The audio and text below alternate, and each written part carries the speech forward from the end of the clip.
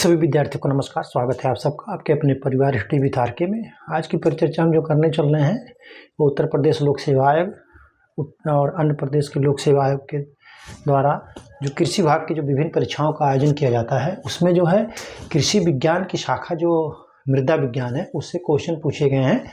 उनमें से मैं आपको जो है क्वेश्चन सॉल्व करा रहा हूँ। इसमें से आपको ये अंदाजा हो जाए क्वेश्चन किस टाइप के आ रहे हैं, कहाँ से आ रहे हैं, कैसे घुमा फिरा करके आ रहे हैं, आपको पढ़ना क्या है, क्या छोड़ना है। तो आप मेरे साथ परिचर्चा में अंत तक बने रहें। मैं आपको लगभग 20-25 क्वेश्चन सॉल्व कराऊंगा आज। ठीक है। कह रहा है प्रश्न नंबर 1 क्या कह रहा है, यदि किसी मृदा में कार्बनिक कार्बन यदि किसी मृदा में कार्बनिक कार्बन यदि किसी मृदा में कार्बनिक कार्बन 0.6% हो तो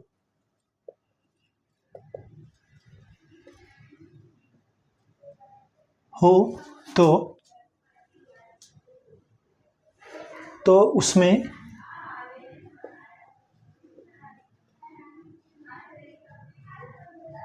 नाइट्रोजन किस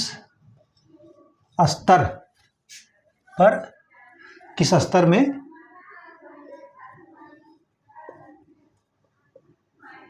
होगा। ठीक है। तो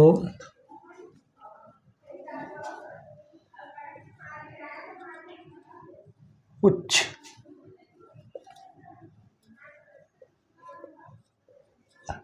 अति न्यून मध्यम। डी कह रहा है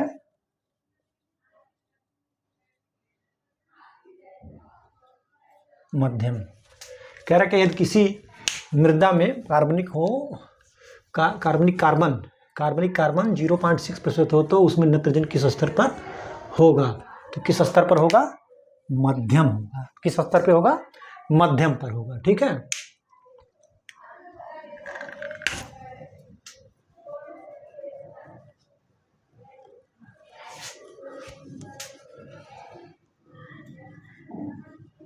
मृदा का स्तर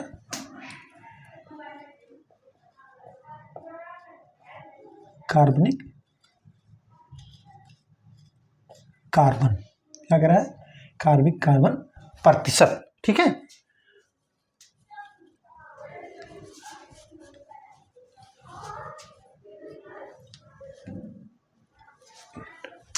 मैं आपको इन सबका बता दे रहा हूं कि कार्बनिक स्तर कितना होगा किसमें, तो किस स्तर की मृदा होगी। तो अति निम्न या न्यून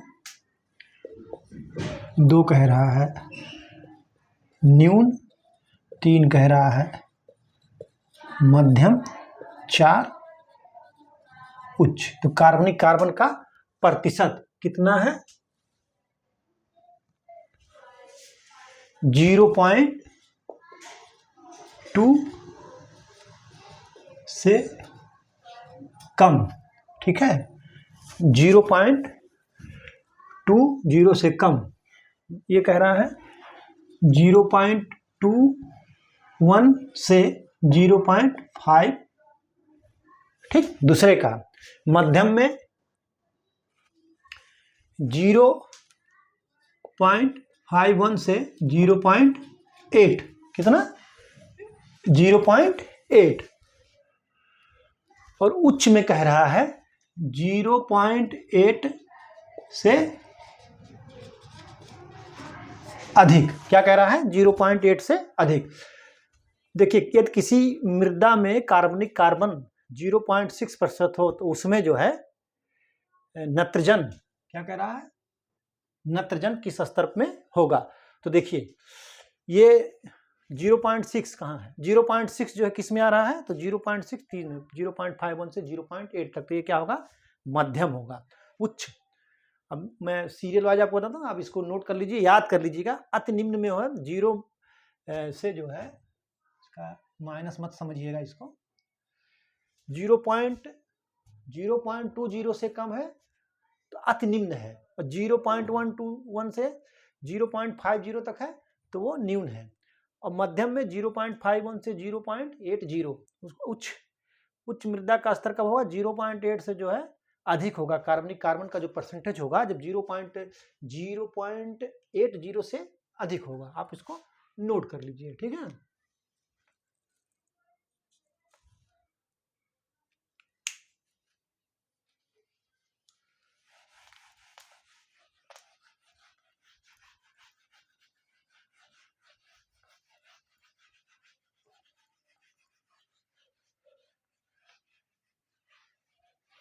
इसको पढ़ लीजिएगा, ये क्वेश्चन पूछता है कभी कभी।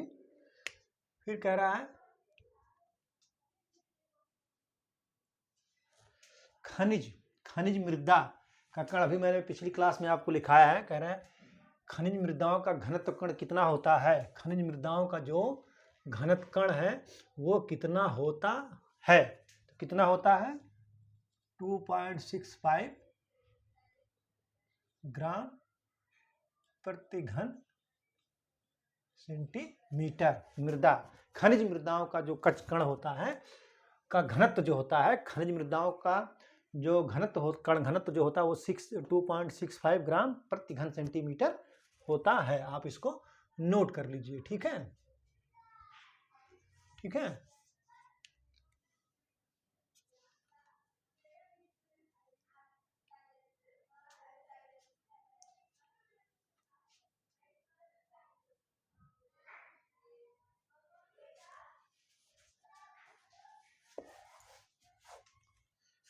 अगला क्वेश्चन कह रहा है राइजोबियम के लिए आवश्यक है,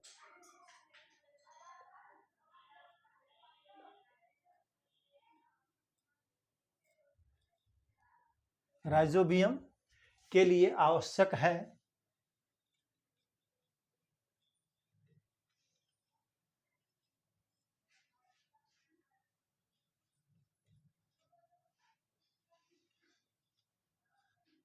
आवश्यक है कोबाल्ट। राइजोबियम के लिए आवश्यक है कोबाल्ट। क्या है आवश्यक, कोबाल्ट संश्लेषित करने हेतु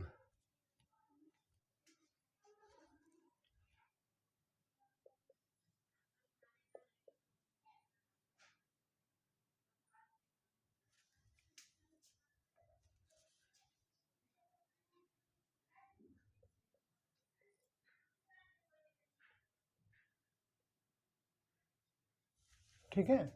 महत्वपूर्ण क्वेश्चन है।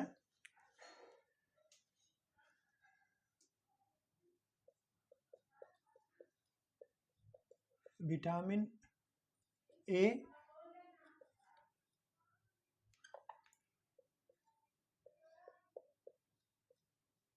Vitamin B,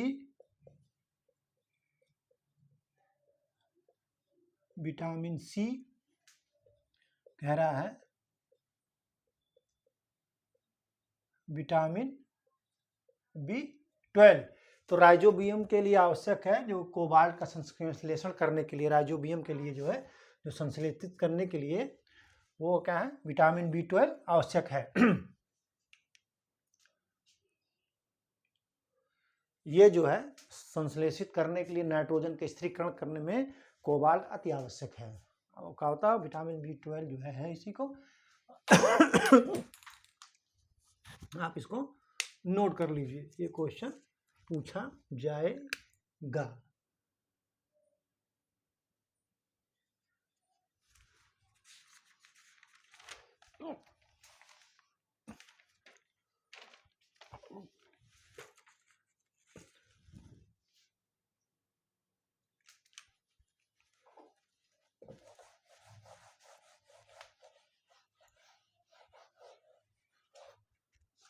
question number 3, question number 3 क्या कह रहा है,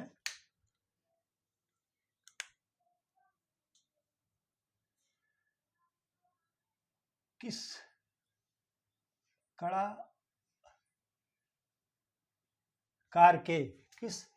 कणाकार के निश्चित इकाई क्षेत्र का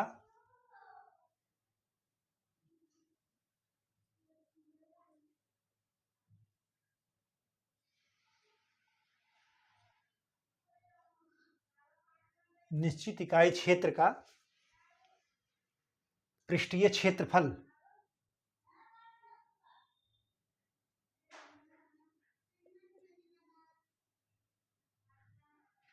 क्षेत्रफल बहुत अधिक होता है।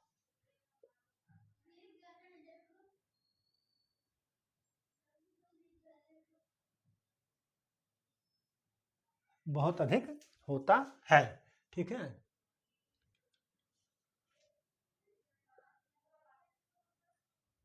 बालू, बजरी, गाद, बालू, बजरी, गाद, मृतिका। क्या कह रहा है? मृतिका। तो कह रहा है किस कणाकार की निश्चित इकाई क्षेत्र का पृष्ठीय क्षेत्रफल बहुत अधिक होता है? तो वो किसका होता है? मृतिका का होता है, क्ले का। किसका? क्ले का।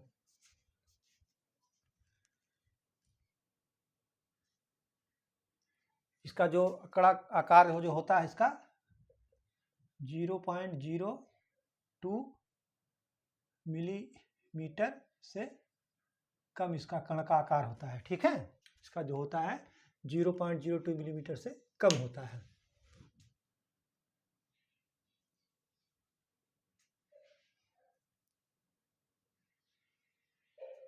ठीक, आप इसको नोट कर लीजिए, फिर मैं आगे बताता हूं।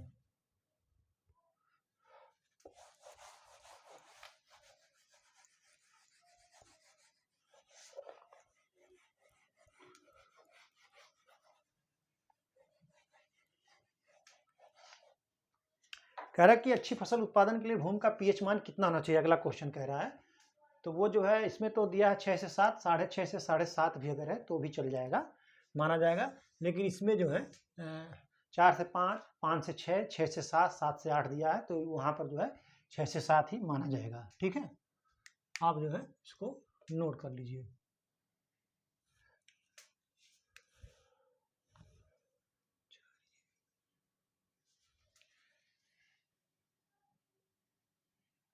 क्षारीय मृदा में जिप्सम की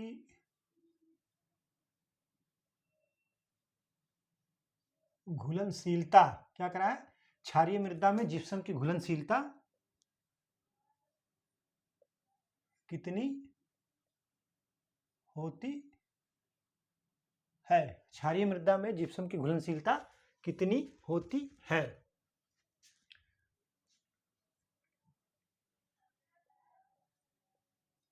8%, 2%, 4%, 0.5%। तो कितनी होती है? 0.5% होती है। क्षारीय मृदा में जिप्सम की घुलनशीलता कितनी होती है? 0.5% होती है, ठीक है।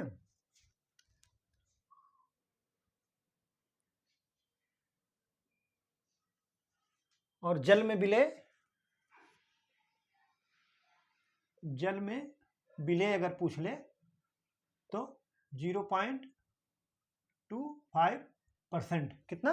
0.25%। क्षारीय मृदा में 0.5% और जल में विलय जो है 0.25%, ठीक है।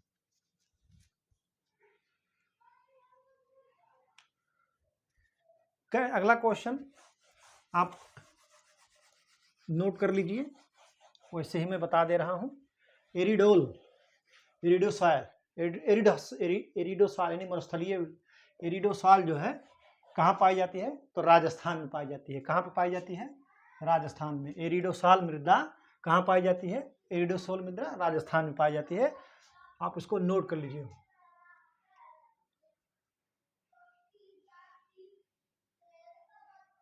मोलिसॉल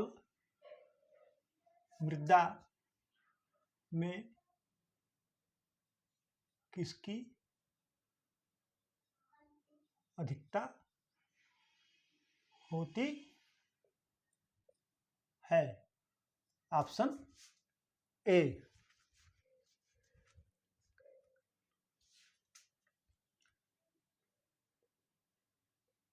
अम्लता, लवणता। सी कह रहा है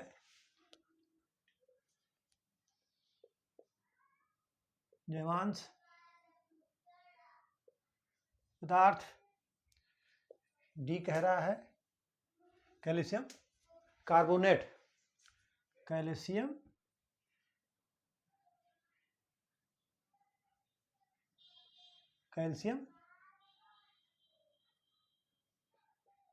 कार्बोनेट की। ठीक है, कह रहा है मोलिसॉल मृदा में किसकी अधिकता होती है? तो वो होती है किसकी? जैवांश पदार्थ की। जैवांश पदार्थ की किसकी होती है? जैवांश पदार्थ की। आप इसको नोट करिए।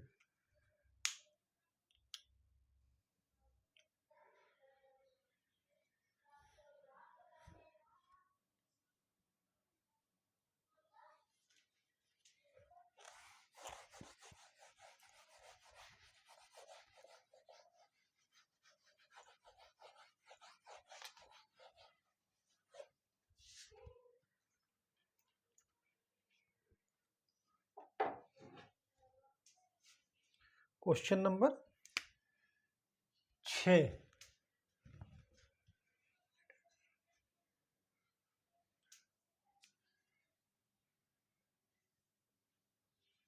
लेटराइट मृदा में क्या कह रहा है? लेटराइट मृदा में प्रचुर मात्रा में क्या पाया जाता है? लेटराइट मृदा में प्रचुर मात्रा में क्या पाया जाता है?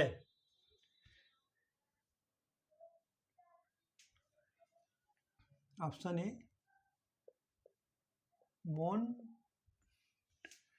मोंटमो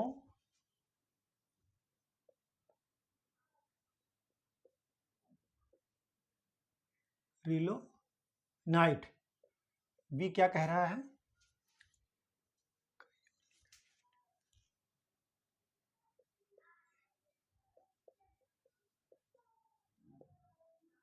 कायोलिनाइट। सी कह रहा है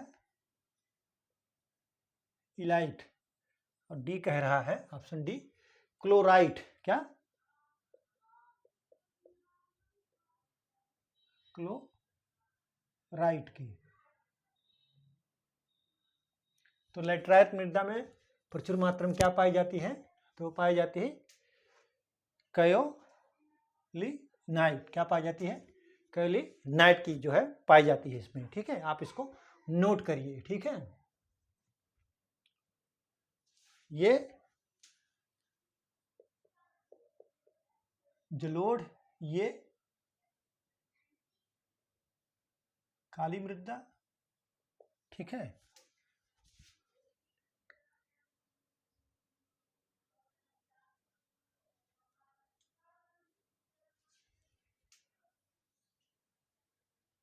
ये जो है कैलाइट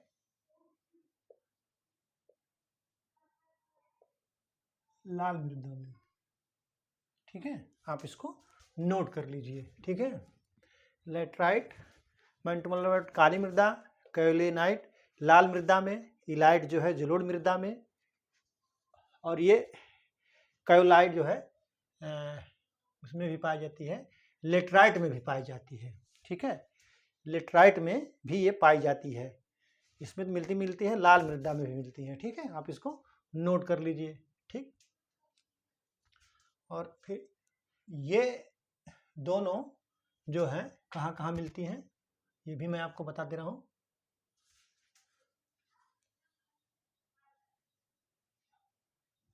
पर्वतीय मृदा, रेगिस्तानी मृदा, पर्वतीय मृदा, रेगिस्तानी मृदा। फिर कह रहा है लवणीय और क्षारीय मृदा। ठीक है, इलाइट क्लोराइड जो है पर्वतीय मृदा, रेगिस्तानी मृदा, लवणीय मृदा और क्षारीय मृदा में पाई जाती हैं। आप इसको नोट कर लीजिए। ठीक, अगला क्वेश्चन रिपीट है। कह रहा है कि धनायन विनिमय क्षमता सबसे अधिक किस में पाई जाती है? तो जो है कपासी मृदा, जो काली कपासी मृदा है, रेगुण मृदा, चरनोजम मृदा, उसमें पाई जाती है। क्या कह रहा है? धनायन विनिमय क्षमता, ये क्वेश्चन रिपीटेड है। धनायन विनिमय क्षमता सर्वाधिक किस मृदा में पाई जाती है? तो ये चरनोजम मृदा कह लीजिए, या काली मृदा कहिए, या कपासी मृदा है, रेगुर मृदा या पड़वा मृदा। ठीक है, आप इसको नोट कर लीजिए। ठीक है,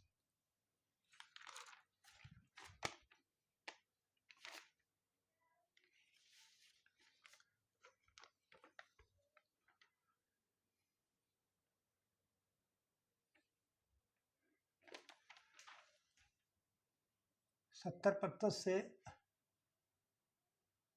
अधिक, क्या कह रहा है? 70% से अधिक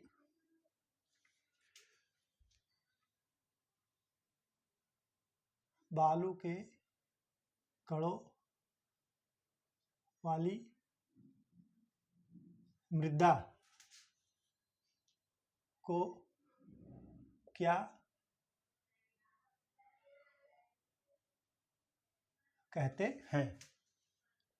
70% से अधिक बालू के कणों वाली मृदा को क्या कहते हैं? ठीक है, ऑप्शन ए भारी मृदा। क्या फिर कह रहा है?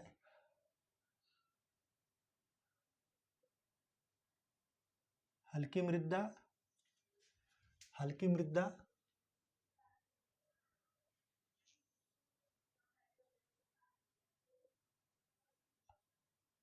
औसत मृदा। क्या कह रहा है? भारी मृदा, हल्की मृदा, औसत मृदा, और डी कह रहा है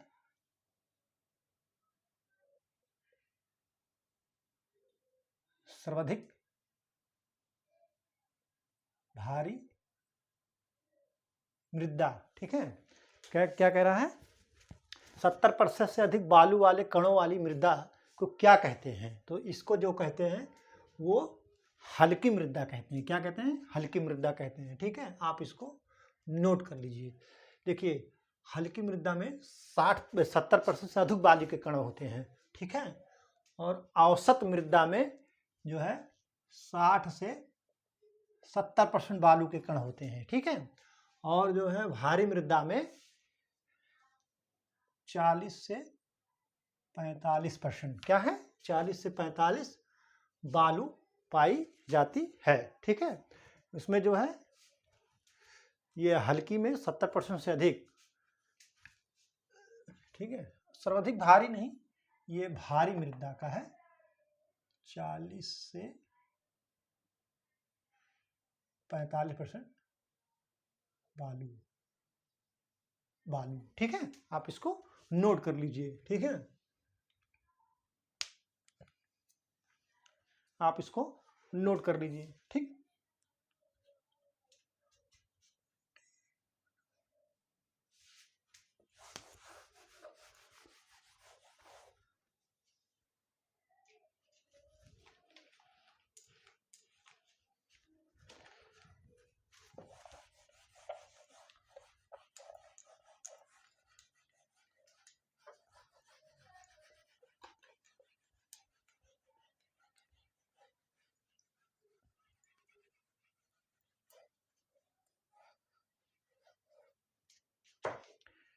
कह रहा है क्वेश्चन नंबर 8 क्या कह रहा है?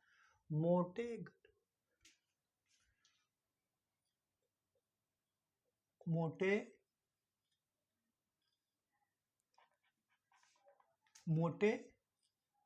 गठन वाली मृदा, मोटे गठन वाली मृदा की संरचना। क्या कह रहा है? मोटे गठन वाली मृदा की संरचना किसके प्रयोग से सुधरती है। कह रहा है कि मोटे गठन वाली मृदा की संरचना किसके प्रयोग से सुधरती है। ठीक है, तो कह रहा है ऑप्शन ए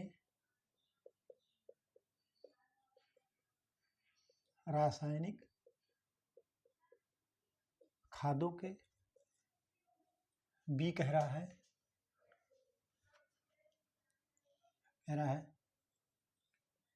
चूना डालने से, सी कह रहा है जिप्सम के, क्या कह रहा है, जिप्सम के प्रयोग से, डी कह रहा है जैविक पदार्थ डालने से,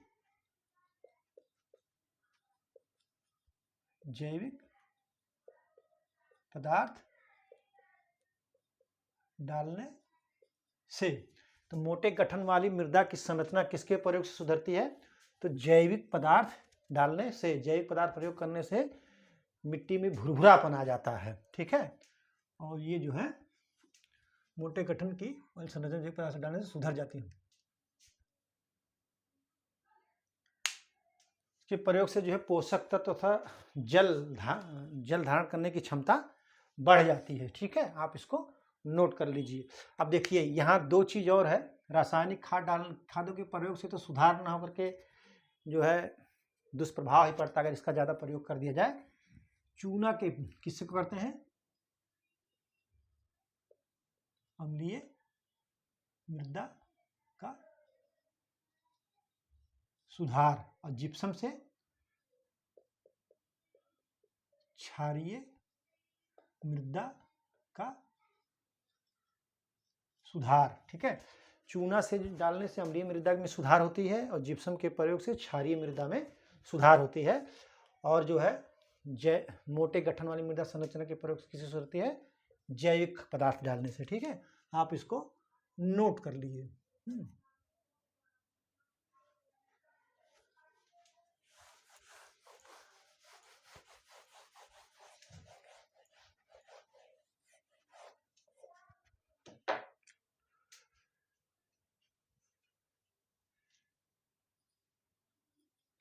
मृदा कण घनत्व से क्या, कह रहा मृदा कण घनत्व से क्या तात्पर्य है। कह रहा मृदा कण घनत्व से क्या तात्पर्य है। ठीक है,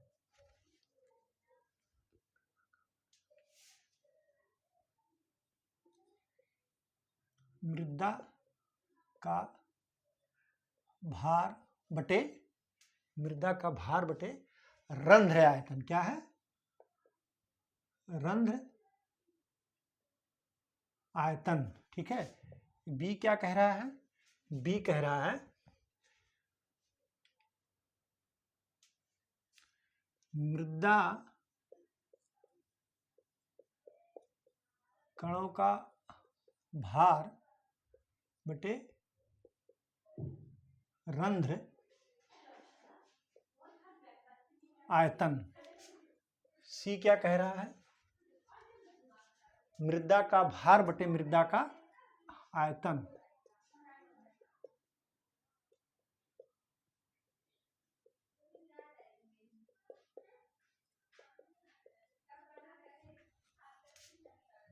और डी क्या कह रहा है, मृदा कणों का भार बटे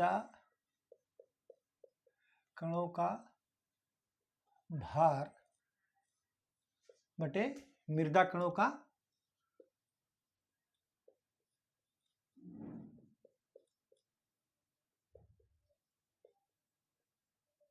आयतन। ठीक है, तो मृदा कण का घनत्व से क्या तात्पर्य है, तो मृदा कणों का भार बटे मृदा कणों का आयतन। आपका ऑप्शन डी सही है, आप इसको नोट कर लीजिए। ठीक है, मृदा कणों का जो मृदा कणों का जो घनत्व होता है, मृदा कणों का जो ये घनत्व 2.5 से 2.65, कितना 2.5 से 2.7 तक कर सकते हैं आप, ठीक तक होता है। ठीक है, ये मृदा कणों का भार बटे मृदा कणों का आयतन होता है, मृदा कणों का घनत्व। आप इसको नोट कर लीजिए, फिर हम आपको बताते हैं।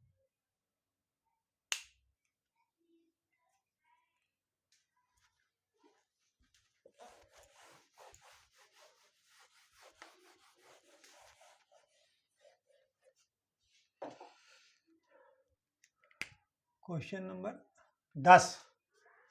10 क्या कह रहा है? एक दोमट मृदा में, क्या कह रहा है? एक दोमट मृदा में प्रक्षेत्र क्षमता पर प्रक्षेत्र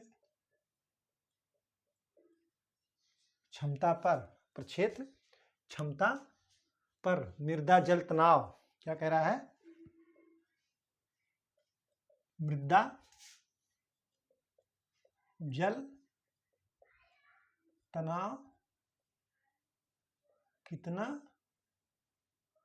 होता है? कह रहा है एक दोमट मृदा में प्रक्षेत्र क्षमता पर मृदा जल तनाव कितना होता है?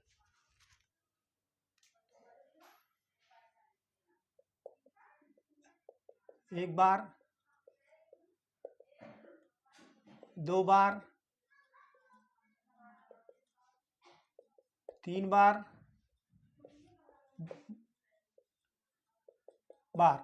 0.33 बार। तो ये आपका ऑप्शन जो सही है वो डी सही है, 0.3 बार होता है। ये या तो ऐसे दे देगा, नहीं तो ऐसे भी दे देगा, ठीक, 1/3। ठीक है, आप इसको नोट कर लीजिए। ठीक है, आप जो है इसको नोट कर लीजिए।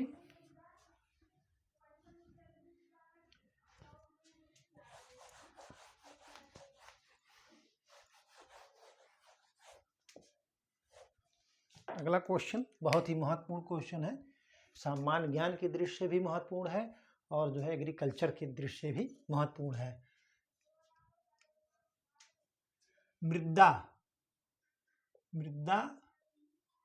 वायु में कार्बन डाइऑक्साइड, क्या कर रहा है? मृदा वायु में कार्बन डाइऑक्साइड की मात्रा कितनी होती है? देखिए, ये मृदा वायु पूछ रहा है ना कि वायुमंडल पूछ रहा है। ठीक है, मृदा वायु में कितनी होती है? 0.03%, 0.25%, 3%, जी कह रहा है 0.4%। तो मृदा वायु में कार्बन डाइऑक्साइड की मात्रा जो होती है वो 0.25% होती है। कितना होती है?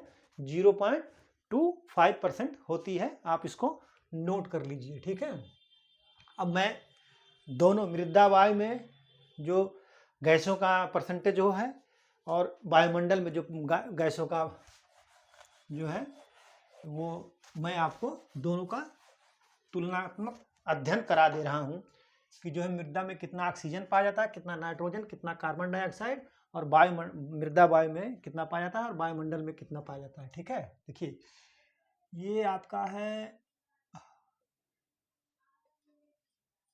मृदा वायु, क्या है? ये है मृदा वायु और ये है वायुमंडल। क्या है? वायुमंडल। तो मृदा वायु में एक नाइट्रोजन, 2 ऑक्सीजन, 3 कार्बन डाइऑक्साइड। क्या? Carbon dioxide. और ये वायुमंडल में भी कर दे रहा हूँ नाइट्रोजन 1 पे, 2 पे कार्बन ऑक्सीजन, 3 पे कार्बन डाइऑक्साइड। ठीक है,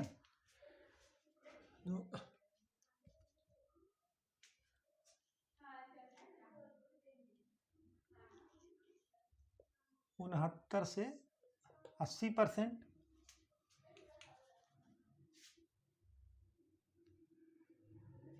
फिर ये करा 18.2% और कार्बन 2.25%। ये मृदा वायु में है। और वायुमंडल में कितना है? 78%। नाइट्रोजन और 20.95% जो है ऑक्सीजन और 0.03% कार्बन डाइऑक्साइड। ये आप इसको नोट कर लीजिए, मृदा वायु में और वायुमंडल में क्या इनका कंपोजिशन है, किस परसेंटेज में पाए जाते हैं, आप इसको नोट कर लीजिए। ठीक है,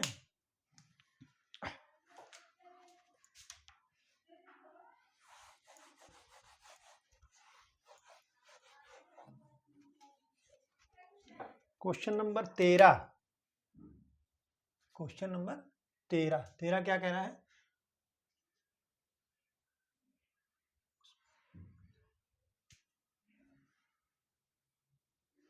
मृदा में ऊष्मा का प्रवाह, मृदा में ऊष्मा का प्रवाह ऊष्मा के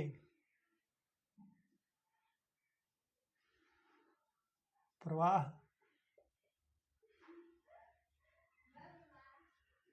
विवेचन, मृदा में ऊष्मा के प्रवाह का विवेचन किससे किया जाता है? ठीक है, कह रहा है कि मृदा में ऊष्मा प्रवाह या ऊष्मा के प्रवाह का विवेचन किससे किया जाता है?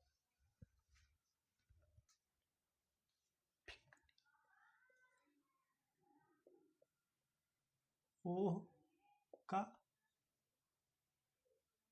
नियम, फिक का नियम, ओह का नियम, फिक का नियम,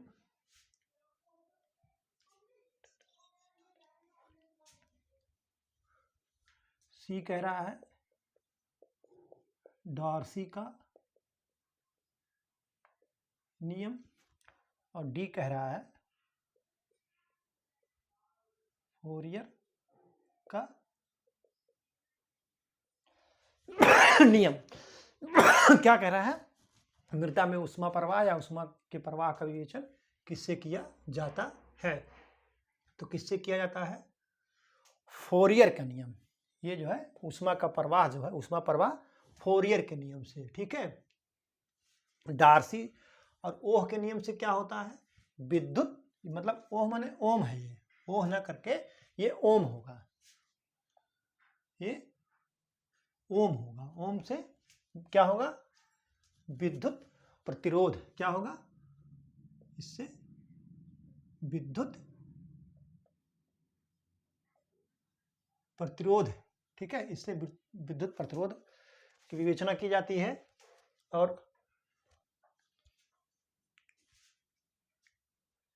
जल प्रवाह, फिक का नियम से जल प्रवाह। और डार्सी का जो नियम है, वो डार्सी का नियम कहता है मृदा में जल प्रवाह, मृदा में मृदा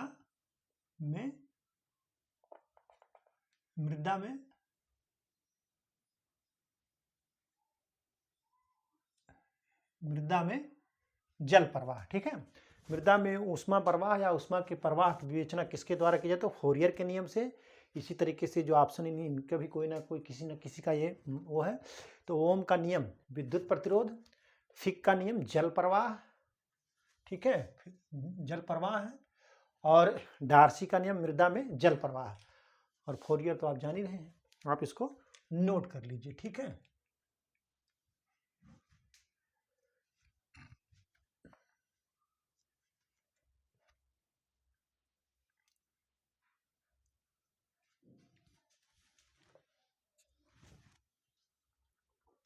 देखिए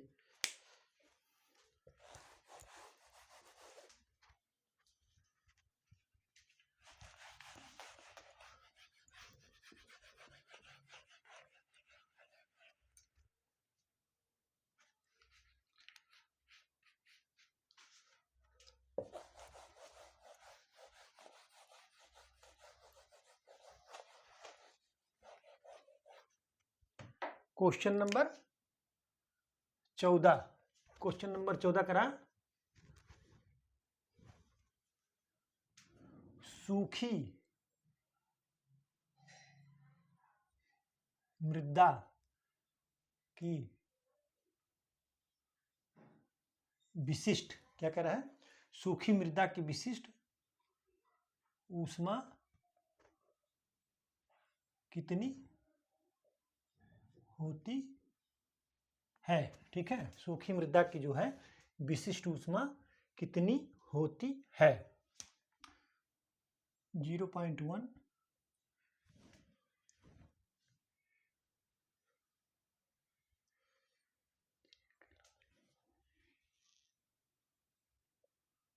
प्रति ग्राम, बी कह रहा है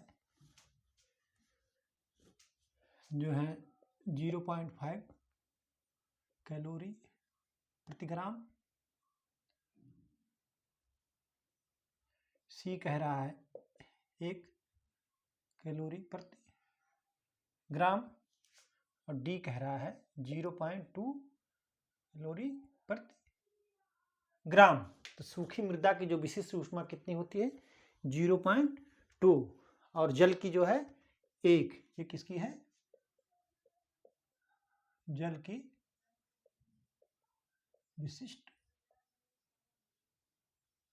ऊष्मा। तो विशिष्ट ऊष्मा जिसकी जितने गीली मृदा होगी उसकी विशिष्ट ऊष्मा उतने ज़्यादा होगी। तो सूखी मृदा है तो इसका जो है 0.2 कैलोरी पर ग्राम होता है विशिष्ट ऊष्मा। ठीक है, आप इसको नोट कर लीजिए। ये जल का है और ये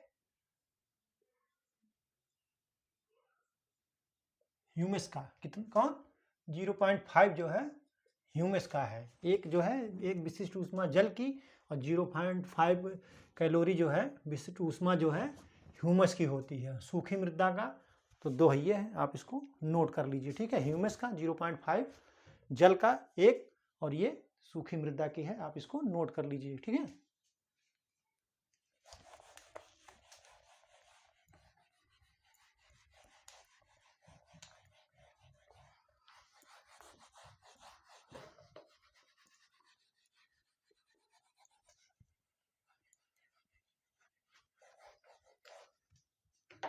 ह्यूमस का 0.5, सूखी मृदा का 0.2 और जल का जो विशिष्ट ऊष्मा 1 होती है। कितना होती है, 1। देखिए 15 क्या कह रहा है,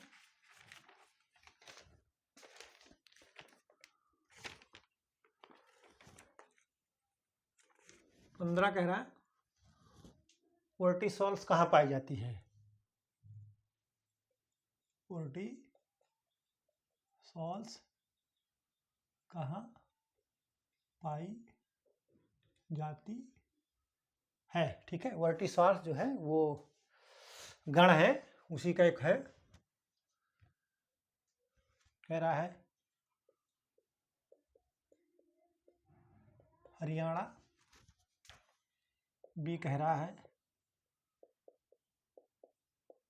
उत्तराखंड, सी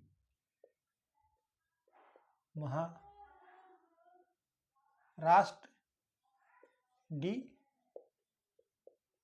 पंजाब। तो कहाँ, हरियाणा, महाराष्ट्र में पाई जाती है। वर्टिसोल्स कहाँ पाई जाती है, महाराष्ट्र में पाई जाती है, जिसे महाराष्ट्र, वो जो पठार, दक्कन के पठार हैं उसमें पाई जाती है। ठीक है, तो आप इसको नोट कर लीजिए।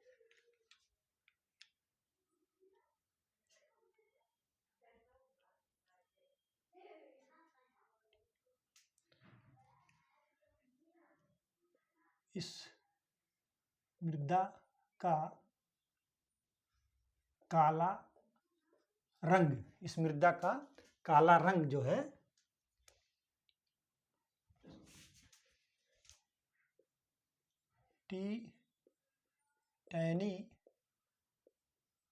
टिटेनिफेरस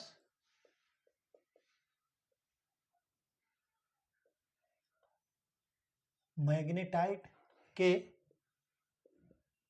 कारण पाया जाता है। ये वर्टिसाल जो है, वर्टिसाल समूह में काली मृदा आती है, और काली मृदा यानी ब्लैक सॉइल का जो ब्लैक रंग पाया जाता है वो जो है टिटेनिफेरस मैग्नेटाइट के कारण पाया जाता है। ठीक है, आप इसको नोट कर लीजिए। ठीक है।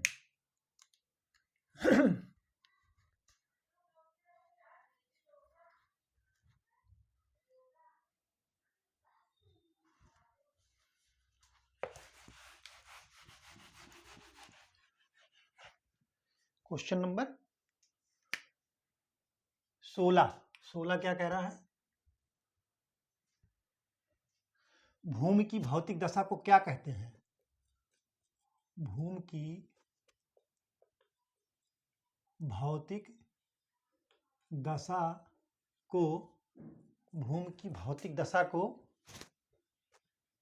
क्या कहते हैं? ठीक है, भूमि की भौतिक दशा को क्या कहते हैं?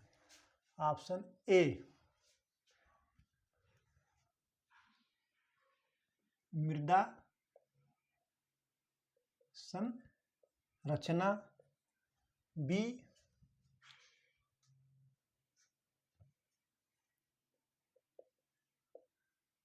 सॉइल टिल्थ, सॉइल टिल्थ यानी सरस मृदा,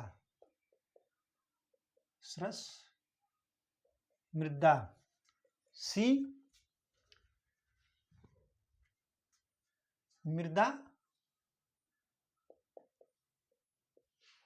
उर्वरता, और डी कह रहा है मृदा गठन। क्या है? मृदा गठन। भूमि की भौतिक दशा को क्या कहते हैं? तो भूमि की भौतिक दशा को कहते हैं सॉइल टिल्थ या सरस मृदा। क्या कहते हैं? सॉइल टिल्थ या सरस मृदा। ठीक है, आप इसको नोट कर लीजिए कि भूमि की भौतिक दशा को सॉइल टिल्थ या सरस मृदा कहते हैं। ठीक है, आप इसको नोट कर लीजिए।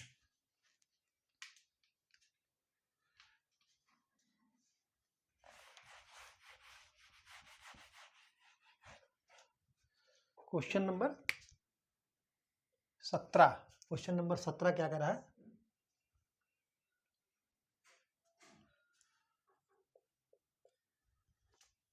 सोडिये मृदा में पाए जाने वाले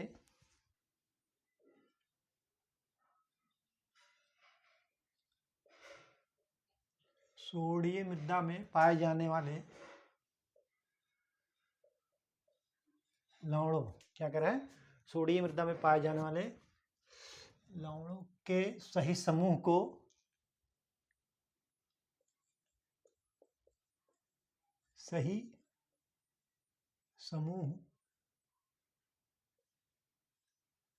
समूह कौन सा है? कौन सा है या चिन्हित है, किसी भी तरीके से आ सकता है। ठीक है,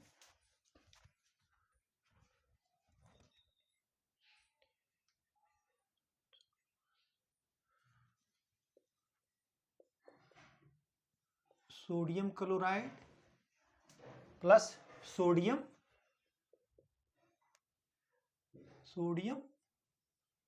sulphate, sodium chloride plus sodium sulphate.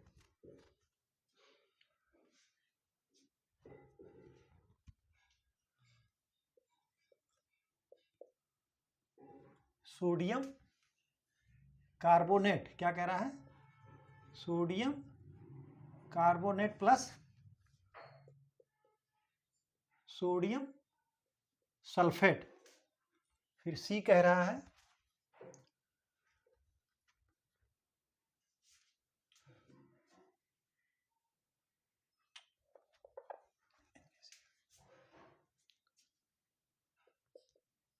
NaCl plus sodium carbonate. क्या है? सोडियम कार्बोनेट होगा। Sodium carbonate, sodium carbonate. D कह रहा है sodium carbonate plus sodium by carbonate. तो सोडियम मृदा में पाए जाने वाले लवणों के सही समूह को चयन करिए या चिन्हित करिए या कौन सा है। तो यह है sodium carbonate plus sodium bicarbonate. ठीक है।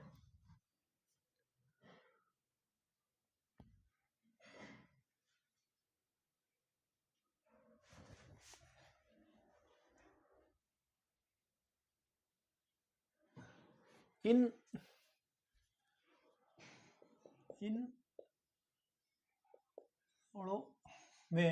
लवणों में जो है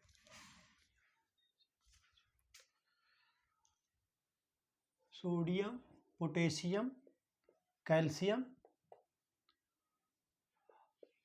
और मैग्नीशियम की प्रधानता होती है। ठीक है। इन लवणों में कैल्शियम, पोटेशियम, सोडियम और मैग्नीशियम की प्रधानता होती है। ठीक है।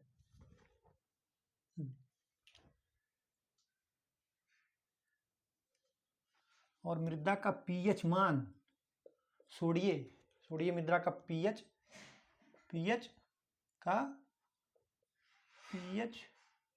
मान 8.5 से 10 होता है। कितना? 8.5 से 10। ये आप इसको नोट कर लीजिए।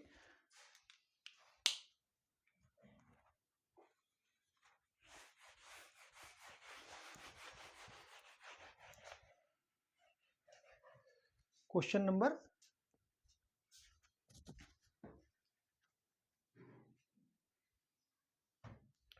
18 क्या कह रहा है? मृदा कण का औसत मान कितना होता है? मृदा कण का औसत मान, मृदा कण का औसत मान कितना होता है? कह रहा मृदा कण का औसत मान कितना होता है? औसत घनत्व जो है, मान नहीं, ये औसत घनत्व कितना होता है? ऑप्शन ए 3.6 मिलीग्राम प्रति सेंटीमीटर होना चाहिए, मीटर में नहीं होना चाहिए, सेंटीमीटर होगा, सेंटीमीटर क्यूब।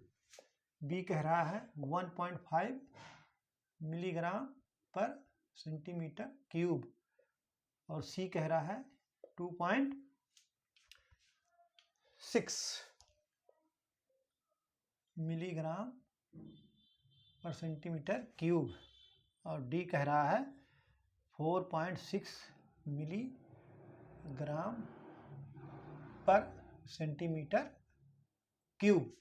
तो मृदा कण का औसत घनत्व जो होता है 2.65 मिलीग्राम पर सेंटीमीटर क्यूब होता है। आप इसको नोट कर लीजिए। ठीक है।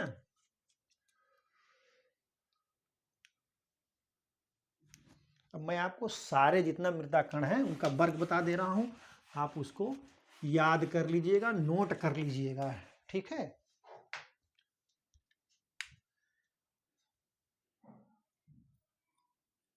मृदा कण का वर्ग मतलब मृदा कण का वर्ग, मतलब नाम चाहे कर लीजिए चाहे वर्ग लिख लीजिए। और कण घनत्व क्या कह रहा है? कण घनत्व किसमें होता है? मिलीग्राम पर सेंटीमीटर क्यूब पे होता है।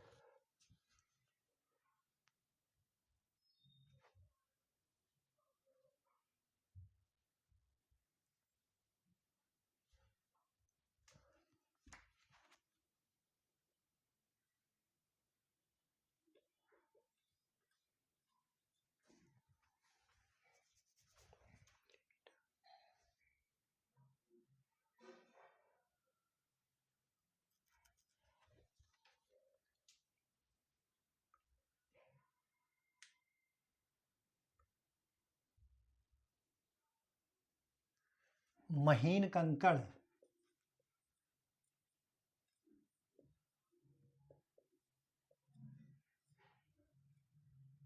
महीन कंकड़, क्या कह रहा है? महीन कंकड़।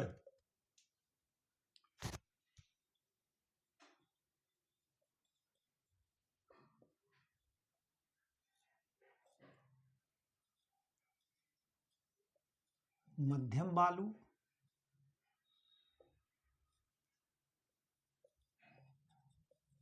उसके बाद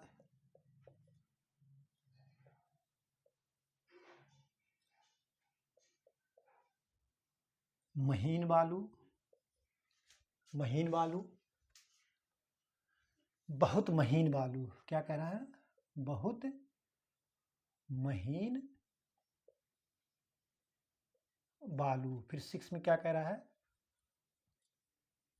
सिल्ट। फिर 7 में क्या कह रहा है? क्ले यानी मृतिका, क्ले मृतिका, क्या कह रहा है? क्ले जो है कह रहा है क्ले।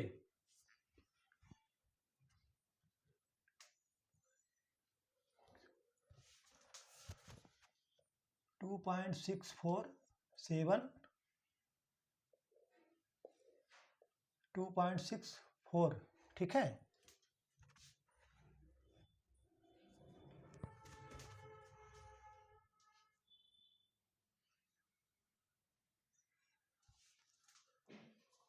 मध्यम बालू कितना है? 2.65 2.659, ठीक है। बहुत महीन बालू जो है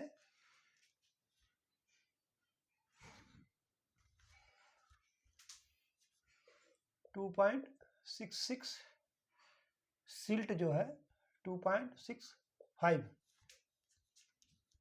और क्ले जो है 2.66। ये जो है मृदा कण का जो है क्या कर रहा है? घनत्व पूछ रहा है, ये घनत्व है, ठीक है। महीन कंकड़ 2.647, मोटी बालू 2.64, मध्यम बालू 2.65, महीन बालू 2.659, बहुत महीन बालू 2.66 और सिल्ट का जो है 2.65 और क्ले का जो है 2.66। तो ये कण का आकार नहीं पूछ रहा है, जो 0.002 से कम होता है वो वाला नहीं है ये मिलीमीटर मतलब साइज पूछा है उसमें, ये घनत्व पूछ रहा है, ठीक है। आप इसको नोट कर लीजिए, बहुत ही महत्वपूर्ण है ये, ठीक है। तो आज की परिचर्चा यहीं पर समाप्त की जाती है। परिचर्चा में बने रहने के लिए बहुत बहुत धन्यवाद। Thank you so much.